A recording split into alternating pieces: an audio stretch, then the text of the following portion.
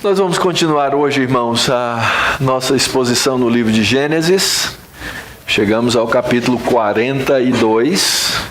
Continuamos dentro da história de Jacó, a sequência que é manifesta através dos seus filhos e de maneira específica na vida de José e tudo aquilo que Deus fez com a vida deste servo. Nós vamos ler os primeiros versos do texto e depois mantenha sua Bíblia aberta. Nós vamos ler o texto todo ao longo da exposição nessa manhã.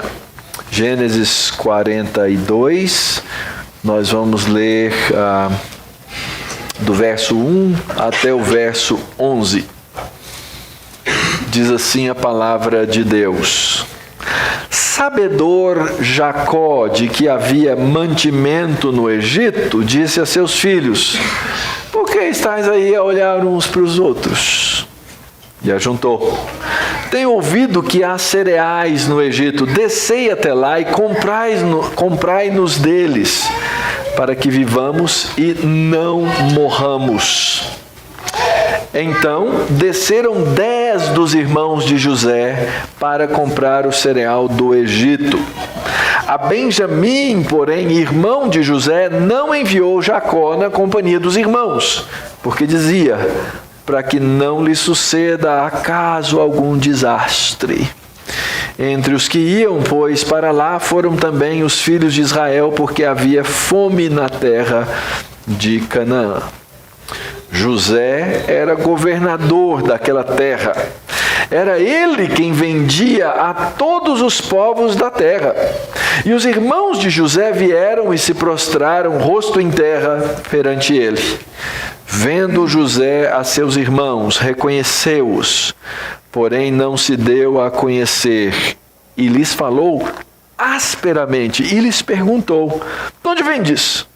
Responderam: da terra de Canaã, para comprar mantimentos. José reconheceu os irmãos, porém eles não o reconheceram. Então se lembrou José dos sonhos que tivera a respeito deles e lhes disse: vós sois espiões e viestes para ver os pontos fracos da terra. Responderam-lhe: não, senhor meu, mas vieram os teus servos para comprar mantimento. Somos todos filhos de um mesmo homem, somos homens honestos. Os teus servos não são espiões. Oremos. Senhor, diante da palavra, diante da Santa Escritura, essa que é a nossa única regra de fé e prática, nós pedimos a iluminação do Teu Espírito Santo. Confessamos a nossa incapacidade para entendê-la pelas nossas próprias faculdades. E rogamos, ó Deus, que o Teu Espírito Santo nos ilumine para entendermos a Tua vontade. Que as palavras dos meus lábios e o meditar do meu coração sejam agradáveis na Tua presença, Senhor meu, rocha minha, Redentor meu. Amém. Começamos lá atrás, no primeiro capítulo de Gênesis, quando a Escritura nos fala da criação de Deus. Vimos como Deus bondosamente fez todas as coisas e criou o homem à sua imagem, conforme a sua semelhança. Lhe deu várias responsabilidades e lhe deu um teste. Deu ao homem ampla liberdade, mas disse ao homem: da árvore do conhecimento do bem e do mal não comerás, porque no dia em que dela comerdes, certamente morrerás. E assim aconteceu. O homem tomou daquela árvore e morreu. Isso nós chamamos de queda na Escritura. O homem afastou-se de Deus. Rebelou-se contra o Senhor, mas na sua graça infinda, Deus não se afasta do homem. Ele volta ao jardim, ele vem, ele confronta o pecado do homem e agora coloca diante do homem a sua graça maravilhosa. A isso nós chamamos de redenção. E essa história da redenção, ela começa no capítulo 3 de Gênesis e continua por toda a história. Nós estamos ainda vivendo a história da redenção. Aquela que está na Escritura está registrada, está revelada. A obra de Cristo, que é fundamental na obra da redenção, está consumada, está feita, mas os poderes daquela obra, a salvação, a conversão, a santificação dos homens, continua acontecendo. E acontece nos nossos dias com quem? Conosco. Nós somos parte da história da redenção de Deus. Você hoje sendo salvo, você é parte dessa história. Quando você prega o Evangelho, quando você fala da graça para as outras pessoas, você envolve essas pessoas na história da redenção de Deus, os traz para perto quando se convertem ao Senhor, quando conhecem a graça e a misericórdia de Deus. Os condena quando rejeitam. Aquilo que é para nós cheiro de vida, é para aqueles outros cheiro de morte. Rejeitam a graça, vivem longe da graça. Mas nós fazemos essas coisas na nossa geração. Virá uma outra geração depois de nós. Os pequeninos já estão aqui, os filhos da aliança. Eles vão continuar pregando o evangelho da graça. Deus vai continuar remindo pessoas do mundo, longe de Deus, para serem parte dessa história. E assim vai acontecer até que venha a consumação. Até o dia em que o Senhor Jesus voltar, e Ele então trará o juízo final, Ele então fará a remoção de todo o pecado da nossa existência, e Ele nos trará novo céu e nova terra. O que eu acabei de fazer para vocês aqui é um resumo da história da Bíblia, de tudo aquilo que nós somos chamados a fazer geração após geração como igreja. Agora, muitas vezes nós não sabemos fazer isso. Nós temos os nossos próprios pecados, nós temos as nossas próprias lutas, e então nós voltamos os nossos olhos para essa história da redenção registrada por Deus na Escritura, e baseados naquilo que Deus nos ensina nessa Escritura, nós vamos aprender como devemos viver hoje com os nossos próprios conflitos. Então nós já vimos todas essas histórias de todos esses irmãos em Cristo, ou não, alguns eram rebeldes contra o Senhor. E agora nós chegamos na história dos descendentes de Jacó. Quando alguém lê essa história, que começa no capítulo 37 de Gênesis e vai até o final, alguém vai falar assim, mas não é possível, isso parece uma novela, alguém escreveu isso. E é verdade. Sabe quem escreveu? Deus. Deus escreveu essa história toda. Deus usou essas pessoas ao longo da história para fazer concluir os seus planos, os seus projetos redentivos. E é interessante como Ele vai montando cada peça desse quebra-cabeça para nos ensinar a respeito da sua verdade. Então nós começamos nessa história lá no capítulo 37, quando José era ainda bem moço, ele tinha 17 anos de idade. Nós vimos que ele era menino complicado, preferido do papai, trazia fofoca dos irmãos para o pai. O pai o privilegiava de tal maneira que ele ganhou uma roupa tão espalhafatosa que se via de longe que ele a usava. Os irmãos tinham raiva de José, tinham ódio de José, a ponto de não conseguir dizer para ele, bom dia, shalom. Não conseguiam fazer isso. O ódio entre os irmãos foi tão grande que numa situação, quando o pai mandou que ele fosse dar uma olhada nos irmãos, viram o irmão de longe e fizeram o quê? Planejaram matá-lo.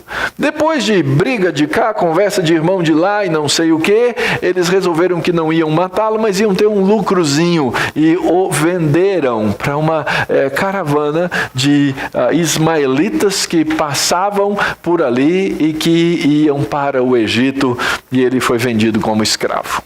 José acabou na casa de um homem muito poderoso no Egito, chamado Potifar, e a Escritura diz que Deus abençoava tudo que José colocava à mão.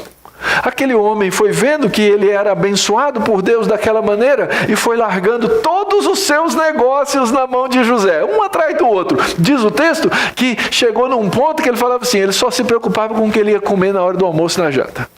O resto, José tomava conta. Mas sempre há o pecado no meio da história. E a mulher de Potifar coloca os olhos em cima daquele escravo hebreu. Condição e situação. Um dia ele foi cuidar das coisas da casa e a mulher estava lá e não tinha mais ninguém. E ela então demanda de José, deita comigo. José olha para aquela mulher e diz assim, como? Como eu cometeria tal pecado? Primeiro contra o meu Senhor aqui, que ele me confiou todas as coisas dele, só não me confiou a mulher dele. E como eu pecaria contra o meu Deus? Que depois de eu ter sido vendido como escravo, agora eu me tornei quase que o senhor dessa casa. Não vou pecar. E aí a gente conhece a história. A mulher ficou enraivecida, monta uma mentira contra José, toma ali a túnica e ele sai correndo para fugir daquela situação de potencial pecado. E ela o acusa falsamente de tentativa de estupro. José vai parar onde? Na cadeia. Chega na cadeia, acontece o quê? José... tudo que ele faz é abençoado. O carcereiro olha para ele e fala assim, vou dar um trabalho para esse rapaz. E José começa a tomar conta da cadeia. Ele era o preso, mas ele era tão confiável que ele tinha a chave do cárcere no qual ele era preso. Percebem essa situação?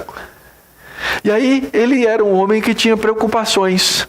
E um dia percebeu que 2 grandes altos funcionários de Faraó estavam presos, estavam preocupados, tinham tido sonhos.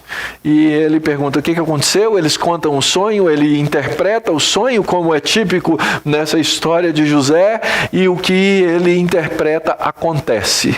Um é morto e o outro vai parar de volta na sua posição real como copeiro de Faraó. É alguém íntimo que estava próximo, que participava da vida, do dia a dia de Faraó. E José, quando o cara estava saindo da cadeia, falou o seguinte, interpretei o sonho para você, aconteceu, não aconteceu? Aconteceu. Então quando você chegar lá, lembra de mim. E o cara foi ir, mas ele esqueceu. Passaram 2 anos, Faraó tem um sonho. Veja, José teve 2 sonhos no começo. Depois os 2 homens na prisão, cada um tem um sonho. E depois Faraó tem 2 sonhos que na verdade são um sonho. E a gente conhece a história, não é? Vacas gordas e vacas magras. E aí então, e hoje é fácil para a gente interpretar porque existe a história das vacas gordas e magras, né? É essa história que dá para nós essa expressão que nós usamos hoje. Então, ele tem os sonhos e não tem quem interpreta. O copeiro que estava do lado falou, lembrei, pecado meu, desculpa aí. Tem um rapaz lá na prisão, eu sonhei, o padeiro sonhou, ele interpretou e aconteceu do jeitinho que ele falou. Chama o rapaz. E aí então no capítulo passado nós vimos José sendo erguido pela providência de Deus ao homem mais poderoso do Egito, exceto o próprio Faraó. Faraó chega para ele e dá o anel, dá o carimbo de assinatura dele e fala assim, José falou, a água parou, obedeçam José. E tudo aquilo que dentro do plano de José havia sido projetado acontece. Passam-se 7 anos em que o Egito tem abundância de cereais. Planta-se e colhe, deviam usar maná. Lembra maná? Adubando dá. A geração antiga sabe. Eu sei, a mais nova não conhece, mas na nossa época passava essa propaganda na televisão. E aí o que acontece? Tudo é prosperidade. José no encargo das coisas, faz o quê? Cumpre o plano. 5% de tudo aquilo, 5% não, 1/5 de tudo aquilo que era plantado, era colhido no Egito, ele guarda em celeiros. Naqueles 7 anos está todo mundo gordinho, todo mundo tranquilo, só que chegam as vacas magras. E aí não há mais colheita. Resultado, todo mundo precisa vir ao Egito e todo mundo precisa vir a José para comprar cereais, porque é ele quem tinha guardado. Vamos fazer uma conta aqui, ok? José, no começo da nossa história, tinha 17 anos. Ele foi vendido entre mais ou menos nessa idade para ir para o Egito. Quando ele assume essa posição de governo no Egito, ele tinha 30 anos. As vacas gordas já passaram, são mais 7 anos. Então, José deve estar entre os seus 37 38 anos. Seus irmãos o viram quando ele era ainda moleque, talvez imberbe ou começando a ter barba, mas os hebreus usavam barba, e agora ele é um alto funcionário do governo no Egito, e no Egito ninguém usa barba. Eles não gostavam de usar nem cabelo, pelos pictogramas que a gente enxerga nas construções antigas. Então esse é todo o nosso contexto no qual a nossa história vai acontecer. E a primeira coisa que a gente observa no texto que já lemos, que é que aquela família continua com os mesmos problemas. A fome chegou, o pai está lá, os irmãos estão lá fazendo nada, e ele pergunta carinhosamente para os filhos: ô meu, o que vocês estão aí olhando um para os outros? Vamos fazer alguma coisa. E veja bem, José era o mais novo, então nós estamos falando aí de gente de 45, 50 anos, todos encostados esperando a fome chegar para matar todo mundo. E Jacó diz: olha, eu vi uma manchete no jornal que tem cereal no Egito. Então quero mandar vocês para lá, para que vocês comprem o cereal, nós ainda temos dinheiro, para que nós vivamos e não morramos. E aqui vem um segredo da história. Desceram 10 dos irmãos, lembra? São 12 no todo. José está onde? No Egito. Então falta um para descer. Qual é que não desce? O irmãozinho mais novo de José, que era o filho da esposa amada de Jacó. Ele pensou: vou mandar, já aconteceu um acidente antes, morreu o meu filho preferido, agora eu não quero que o segundo morra de jeito nenhum. E então ele manda 10 dos seus filhos para o Egito. O texto no verso 5 conclui: entre os que iam, pois, para lá, foram esses filhos de Israel, porque havia fome na terra. A família não mudou muito, gente. Os conflitos continuam, o pai continua amargurado, o pai continua insatisfeito, o pai continua triste e lembrando da morte daquele filho o tempo inteiro. Ele agora então protege um dos seus filhos naquela descida.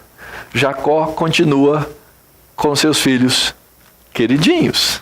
Talvez eles tenham pensado assim: mesma coisa, hein?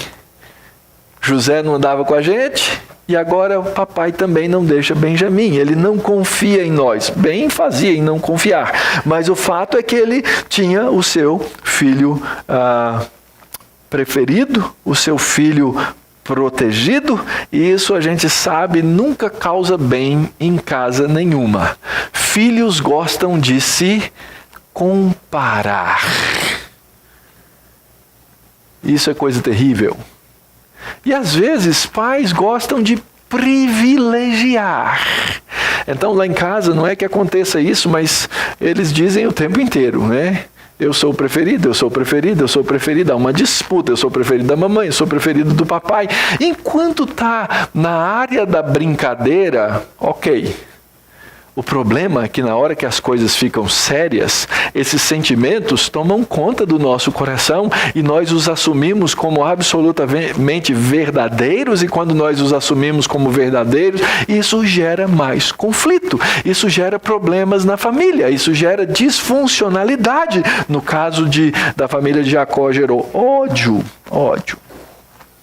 E aí vem a grande ironia do texto. Os conflitos continuam, a fome chegou, eles precisam descer ao Egito, e aí José era o governador do Egito. Ele é que vendia todas as coisas. Então, chegava uma delegação estrangeira lá, ia ter que falar com quem? Com o grande chefe. E olha só, e os irmãos, verso 6, de José vieram e se prostraram rosto em terra perante ele. O que está acontecendo aqui, gente? O sonho do capítulo 37.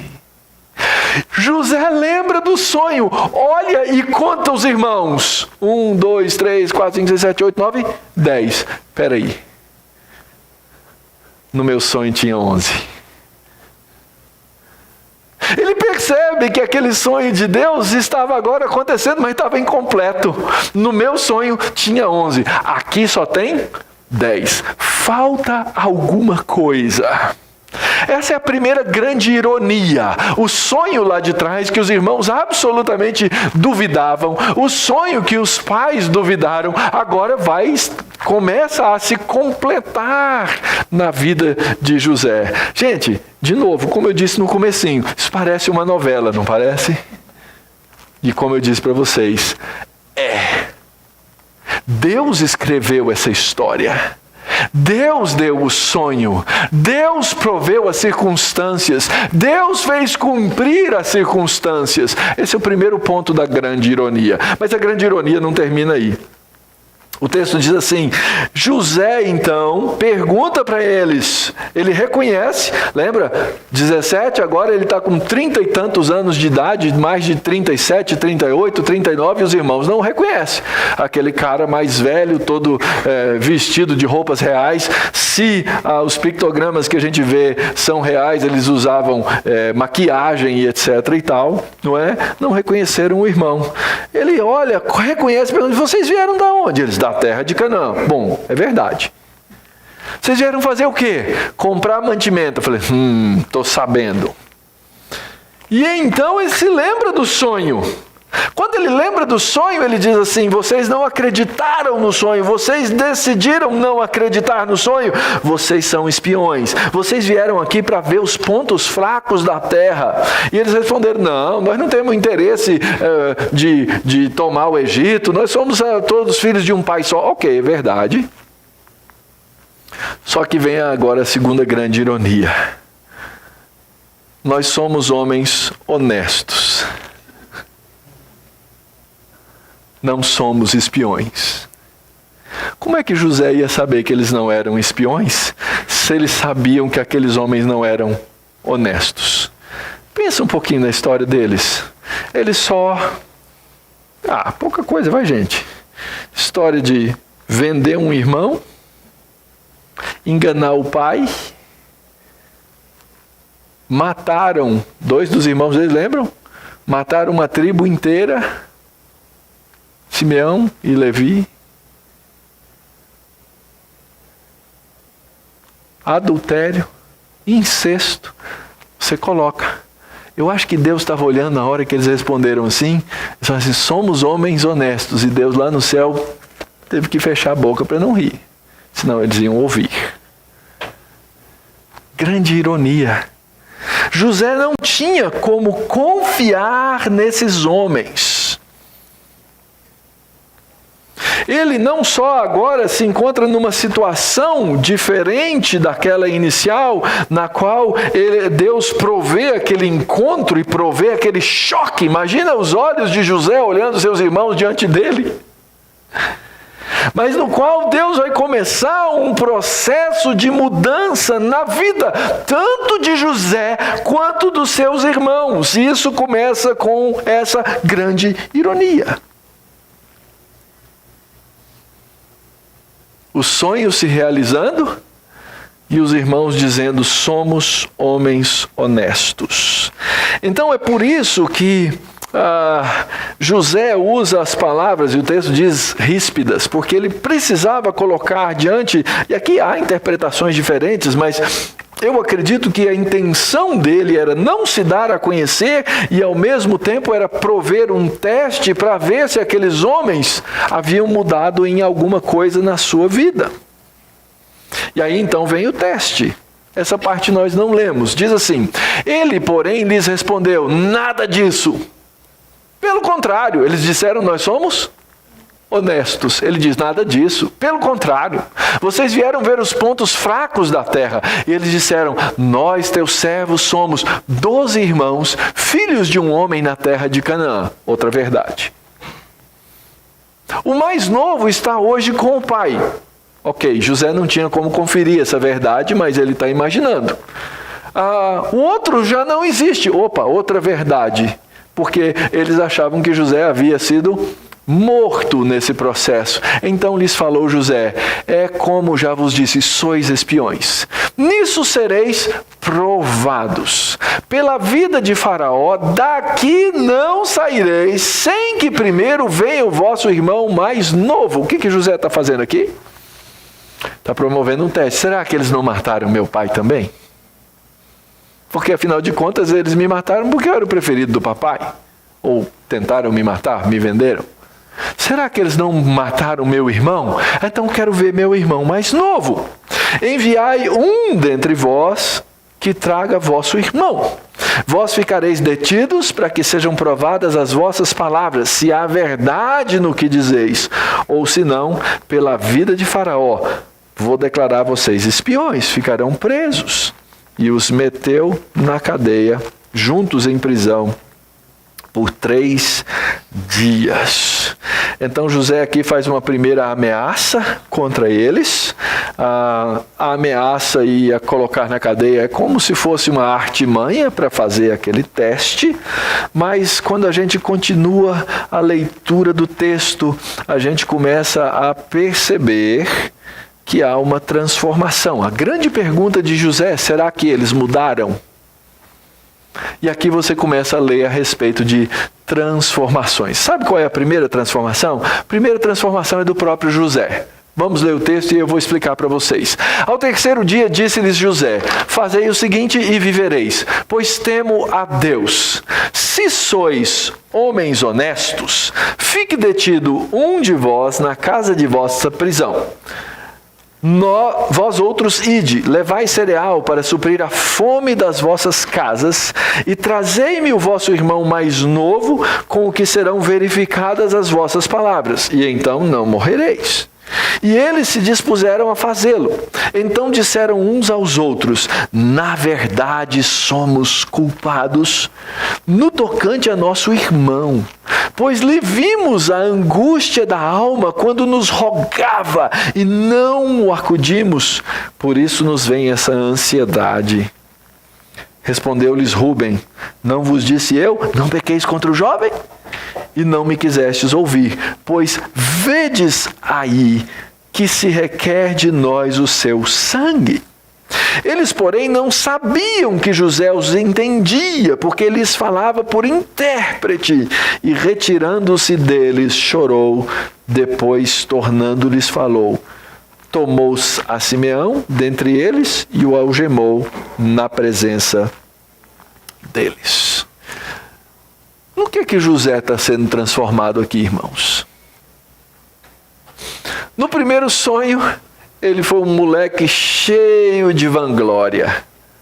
Contou provavelmente sem sabedoria para os irmãos e para os pais, como que querendo irritá-los. Olha, eu sonhei, não sei interpretar, né? Mas olha, eu sonhei que eu estava em pé e os 12 se dobravam diante de mim. Depois ele vem com outro sonho: sonhei que as estrelas, o sol e a lua, todos se dobravam diante de mim. Ele era um homem de vanglória. Depois, quando ele é preso e ele toma conta da cadeia, ele ouve os sonhos do padeiro e do copeiro. O que ele faz? Ele faz corretamente, ele amadureceu, mas quando o rapaz estava saindo, ele fala assim, ó, lembra de mim. Quem sabe eu tiro ainda alguma vantagem desse processo. Quem sabe eu consigo sair daqui dessa cadeia. Quando ele finalmente, 2 anos depois, interpreta os sonhos de Faraó, é interessante, o coração de José está diferente. Ele não pede, olha, se o senhor me deixar encargo desse negócio, eu tomo conta, vai ser bom. Nada. Ele tem um projeto, ele tem um plano, ele coloca diante de, se o senhor fizer isso, vai dar certo. Mas o plano dele era para o serviço dos outros. Ele não pediu nada para ele. Ele chega àquela posição sem pedir. Ele chega àquela posição sem vanglória. Ele chega àquela posição reconhecendo que quem faz essas coisas na vida de alguém é o próprio Senhor. E aqui agora ele ouve os irmãos, ele reconhece os irmãos estão falando em hebraico, ele está falando na língua dos egípcios, ele fala com o intérprete para não ser reconhecido. Ele podia ter virado para os irmãos e falar assim, eu não falei o meu sonho, né? Nada disso. A sabedoria demanda dele agora que ele haja de uma maneira que ele possa testar e de uma maneira que ele possa aprender o caminho de perdoar. Aqui é a parte difícil, irmãos. Deus está abrindo uma porta para o perdão. Deus promoveu esse encontro. Deus projetou esse encontro. Deus deu o sonho. Deus pré-anunciou por alguma razão. E agora que José está no pináculo da sua carreira, de importância, de poder, de tudo, é quando ele podia pisar em quem ele quisesse. Mas é a hora que Deus coloca na frente dele a oportunidade de ser servo. Tinha um pastor, quando eu era seminarista, ele me dizia assim, eu sei que você hoje é muito bonzinho, eu quero ver quando você tiver autoridade como você vai agir. Porque quando nós temos alguma autoridade, quando nós temos algum poder na mão, é que se revelam as nossas maiores fraquezas. E eu conheço muita gente assim. Daqui para cima todo mundo é bem tratado. Daqui para baixo é na ponta, no bico do sapato. Isso não corresponde ao caráter dos servos de Deus. É interessante que o próprio teste de José, que a princípio ele tacou todo mundo na cadeia, agora se torna um teste de misericórdia. Eu vou fazer o seguinte, eu vou vender o cereal para vocês, eu vou mandar vocês para a terra de volta, vocês vão salvar as pessoas que estão passando fome, ajuntem e montem os seus jumentos, coloquem o cereal em cima, eu vou deixar um aqui para testar se é verdade. José sabia que os anos de vacas magras ainda seriam longos, ele estava sofrendo um risco. Ele falou assim, já me venderam, para eles largarem um aqui não custa nada, mas eu vou descobrir a verdade dessa maneira. E ele não tinha intenção de matar esse que ficou para trás, ele tinha tempo nas suas mãos. E ele mostra misericórdia nessa segunda audiência que ele tem com seus irmãos. Começa aqui, queridos, uma transformação que vai levar a um caminho de perdão. Verso 25. Ordenou José que lhes enchessem de cereal os sacos e lhe restituíssem o dinheiro, porque aí eles teriam como voltar de novo, quem sabe para comprar teu dinheiro, ou quem sabe com um peso de consciência. Foi um jogo duplo aqui. Restituíssem o dinheiro a cada um no saco de cereal e o suprissem de comida para o caminho, e assim lhes foi feito. E carregaram o cereal sobre os seus jumentos e partiram dali. Saíram em viagem. Ora, o que nós vemos aqui, queridos, em primeiro lugar, é que esse homem todo-poderoso, depois de ouvir os irmãos dizerem, somos culpados, porque foi isso que eles fizeram, ele poderia então, se vocês têm culpa, vocês realmente merecem a pena, e eu vou aplicá-la a vocês. Mas José aqui estava reconhecendo uma coisa importante, queridos, que nós precisamos reconhecer. Quem sabe a distinção entre perdão e reconciliação. Eu creio que aqui os irmãos, de certa forma, já estavam perdoados. Ele não estava disposto a se reconciliar com eles.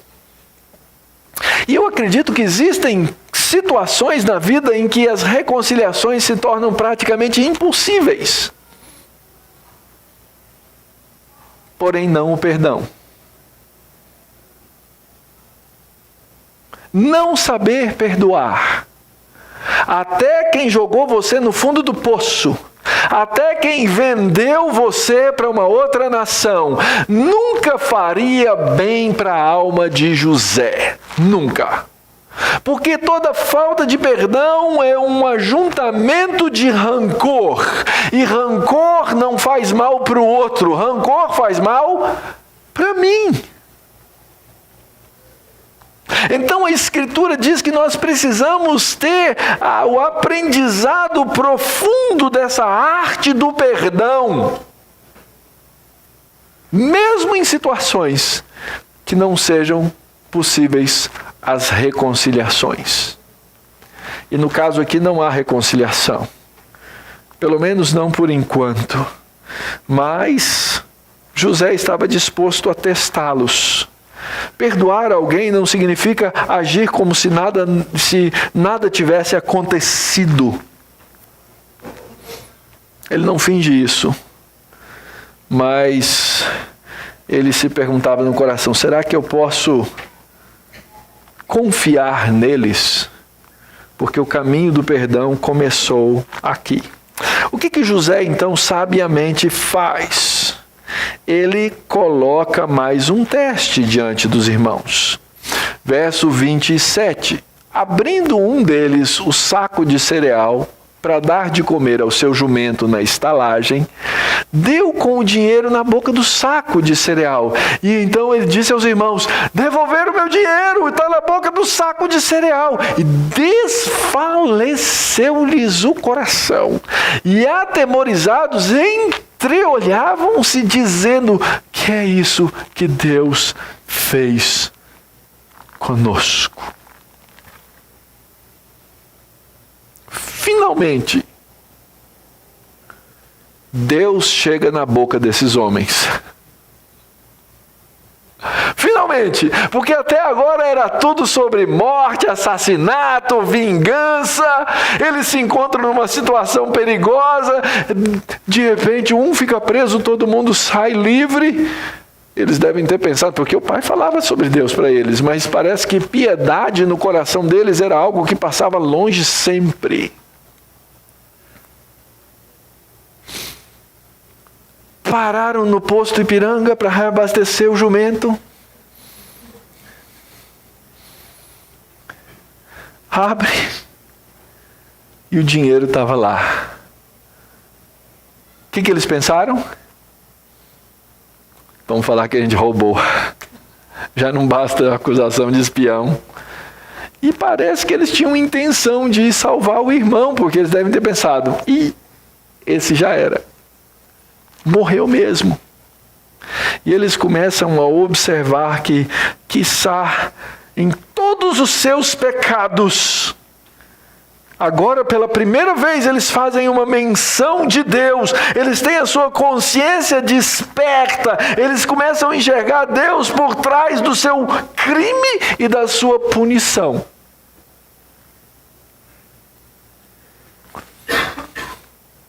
E é interessante.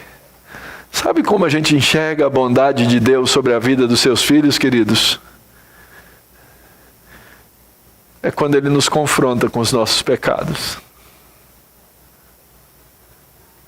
Porque se Ele não confrontasse, seríamos bastardos. Mas um pai amoroso não deixa o filho pecar dessa maneira.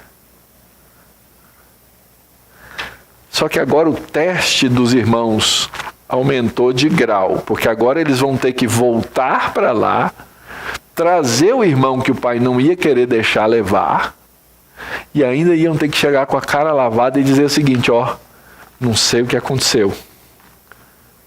O saco estava com cereal e com dinheiro na boca.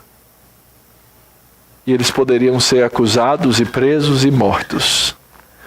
A grande pergunta, que é a pergunta que José fazia no seu coração, é: será que eles vão voltar?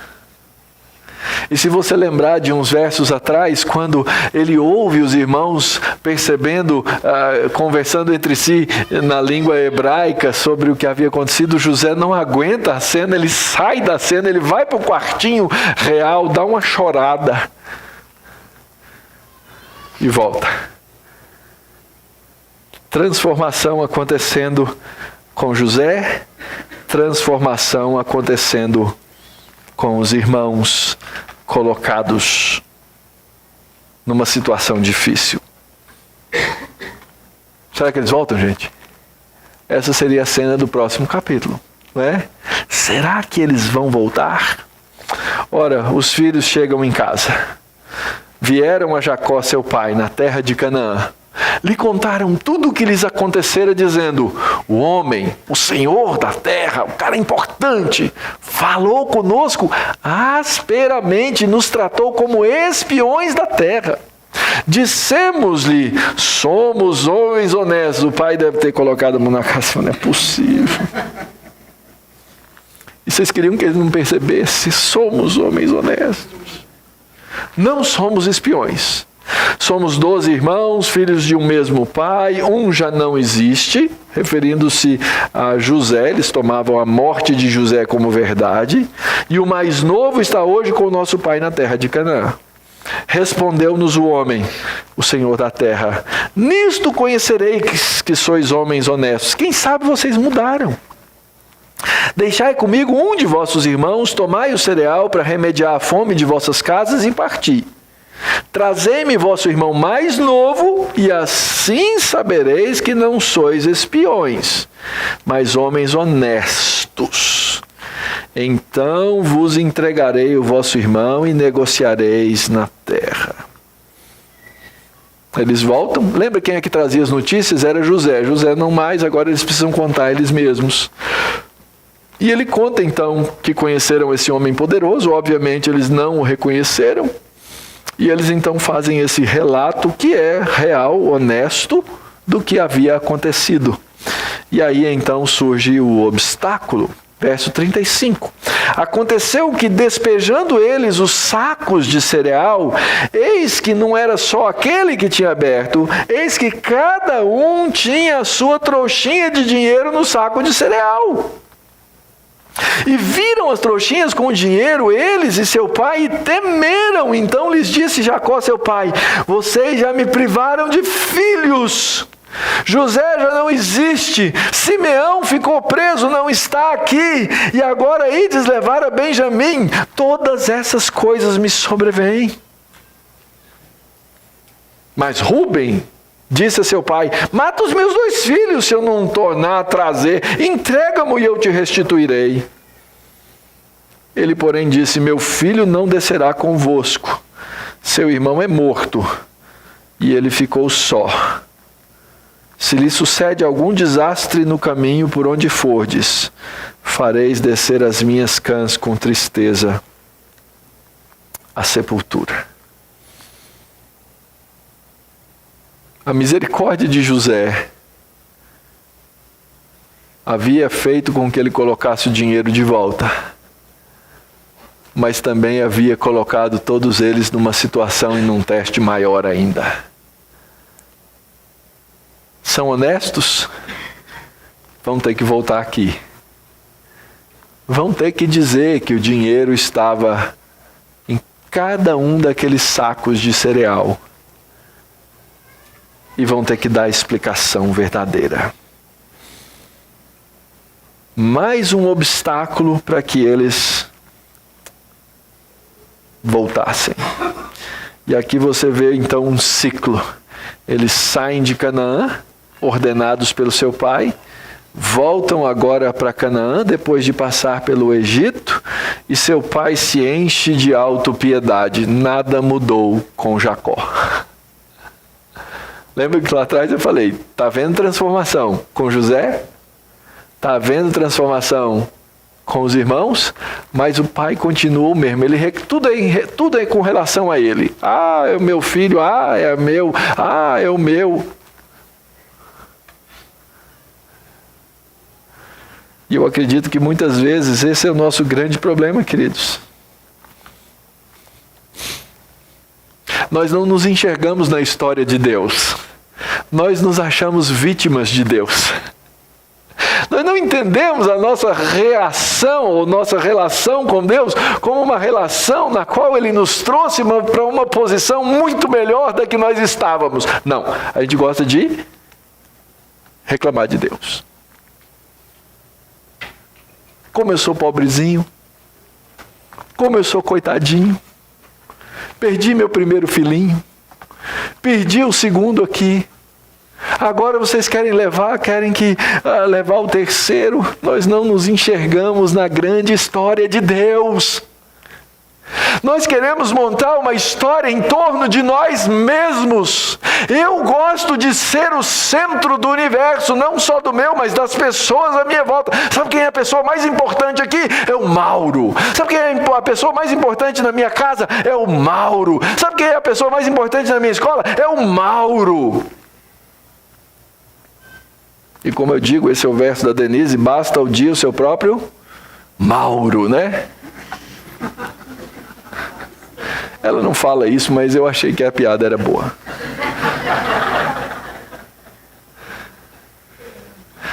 Nós gostamos de ser o centro do nosso universo, queridos. Como eu gosto de ser apreciado. Como eu gosto de ser valorizado. Esse é o meu grande pecado.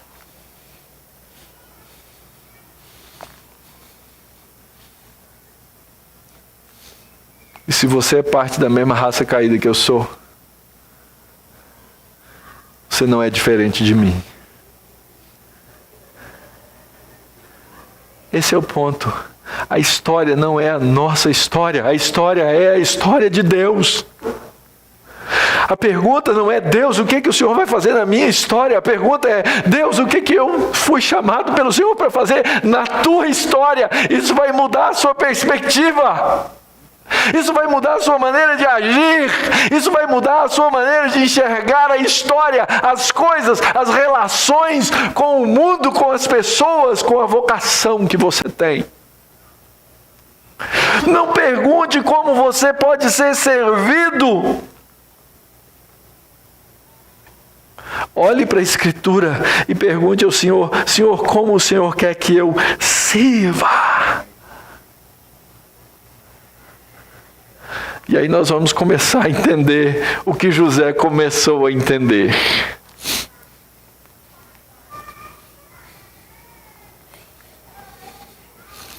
Ele, o cara mais importante do mundo depois de Faraó. Sabe o que eu ia ficar pensando lá nos meus pecados? Falei assim, podia dar uma rasteira nesse Faraó, hein? Fala sério. Vou puxar o tapete dele.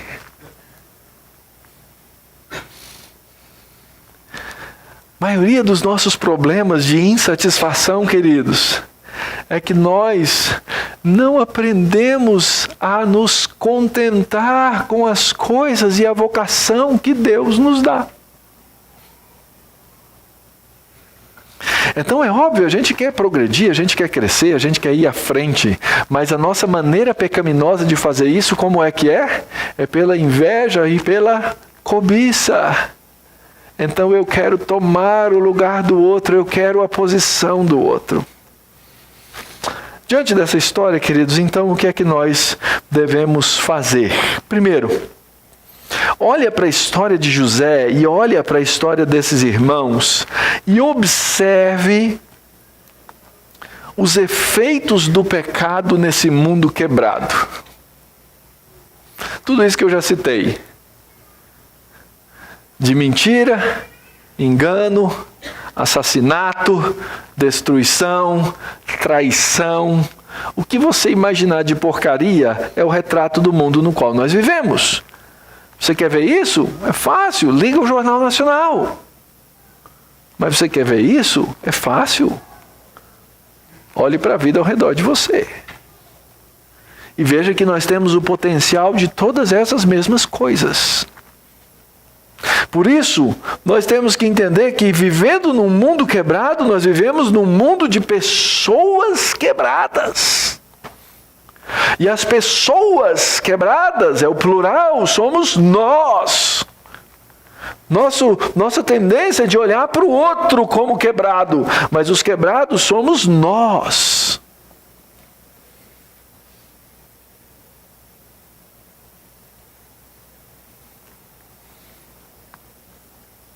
Você é quebrado pelo pecado. Eu sou quebrado pelo pecado.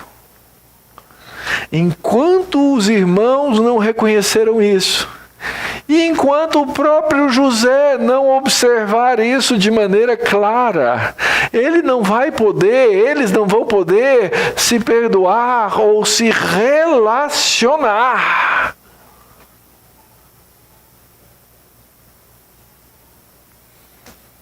E eu não sei quais são as quebras que você tem na sua vida, mas cada um tem uma história. E à medida que eu conto a minha história e ouço a história dos outros, eu fico pensando assim, será que existe alguém normal? E o fato, queridos, é que todos somos quebrados. Então deixa eu terminar dando para você aqui a boa nova. Nós, porque vivemos num mundo quebrado, recebemos um Salvador do mundo.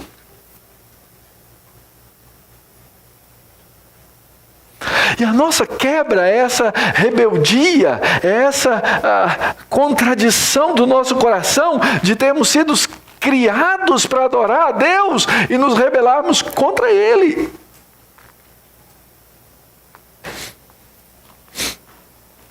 E se vivemos num mundo de pessoas quebradas, existe um que veio ao mundo para salvar pessoas.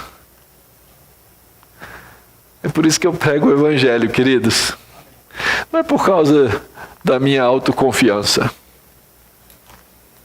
Eu não sou autoconfiante coisa nenhuma. Não é por causa do poder de persuasão. Não é pela qualquer capacidade que porventura haja de fazer um discurso. Sabe por quê? É porque a Escritura me diz, só a Escritura, o Evangelho é o poder de Deus para a salvação.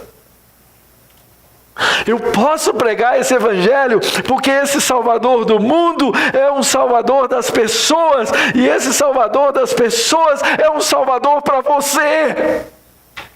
Porque você não vai aprender perdão, você não vai aprender reconciliação antes que Ele te reconcilie com Deus.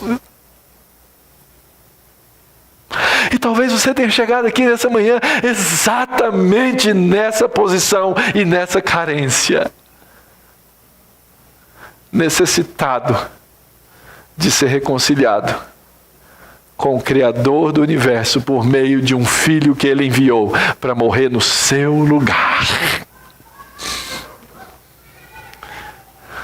Alguém que não perguntou se você queria ser perdoado. Mauro, você quer ser perdoado? Mauro, você quer ser reconciliado? Mauro, Deus não me perguntou nada, Ele fez.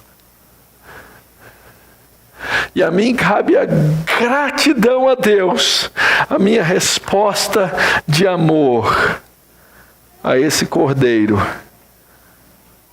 que no plano soberano de Deus vem trazendo boas novas a José, vem trazendo boas novas aos seus irmãos e vai trazer boas novas